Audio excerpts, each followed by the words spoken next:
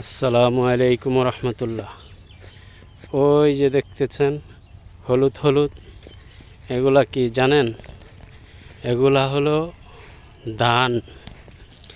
এটা এই ধানটা হলো আপনার ইরি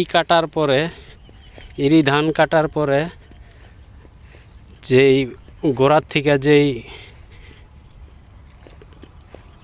চারাটা আবার জন্মায়, সেই চারা থেকে এই যে ধান, এটার মধ্যে কোনো সার লাগে নাই, কোনো মেডিসিন দেয় নাই, কোনো কিছুই দেওয়া হয় নাই, এইভাবে হচ্ছে। এই ধানটার কোনো খরচ নাই, খরচ ছাড়াই এই ধানটা হইতেছে। এটা অনেক কৃষকই যারা করেন তারা এইভাবে করতে পারেন। ইরি কাটার পরে যেটা হয় এইটা। ধন্যবাদ সকল।